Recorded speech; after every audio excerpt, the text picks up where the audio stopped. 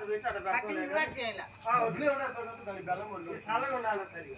నీ కొడుకుకి మీ బిడ్డలు కూడా దోలపాడబడతా ఇంకే ఇవాళ ఏంటంటే ఎన్నో ఖర్చు పెడతారు బాబు గారు ఎన్నో బాగుంది అదేనండి పండుగ ఎంత పెట్టారండి పిసిపిసి పండుగ పెట్టారు జనవరి పండుగ పెట్టారు అమ్మగారు ఇవాళ మేము సంక్రాంతికి వచ్చాం వచ్చి శనగడ్ల మాసం అప్పుడు